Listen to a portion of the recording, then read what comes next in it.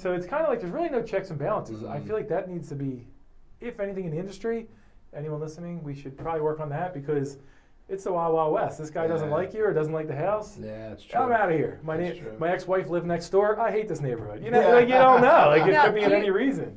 To caveat off of that, do you think that in the industry, when you have an offer and you submit to an agent that you know doesn't like you, how likely do you think it is that they, you know, if they have 10 other offers but yours is the strongest, do you think that they, you know, and depending on the agent, but I'm sure I know what it he's happens. gonna say, but I know what he wants to say. I know it happens. But I feel like it happens, and I feel like that's like everybody has. I don't know what they call it, but I call it my red list. Everybody has a red list. It's like you're dead to me kind of list. You know what I mean? But I'm ultimately, thinking what's the Billy Madison movie where he's like, yeah, he checking them off. Yeah, he puts the lipstick on first.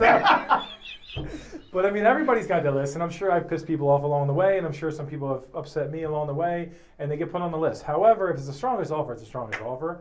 You still don't want to work with that person, but you have to do what's best for the client. Yeah. But not everybody does. if there's a tie, you're not winning. You're going to try to go the other way because you know some people just like I've had people try to change the offer during the transaction, sneak things in that aren't right, and you know, and then you call them on it. Oh, that's just no, that was there, and I just forgot, or I forgot to initial it, or and you know, you have that list, and you know, I don't know. it's a sport.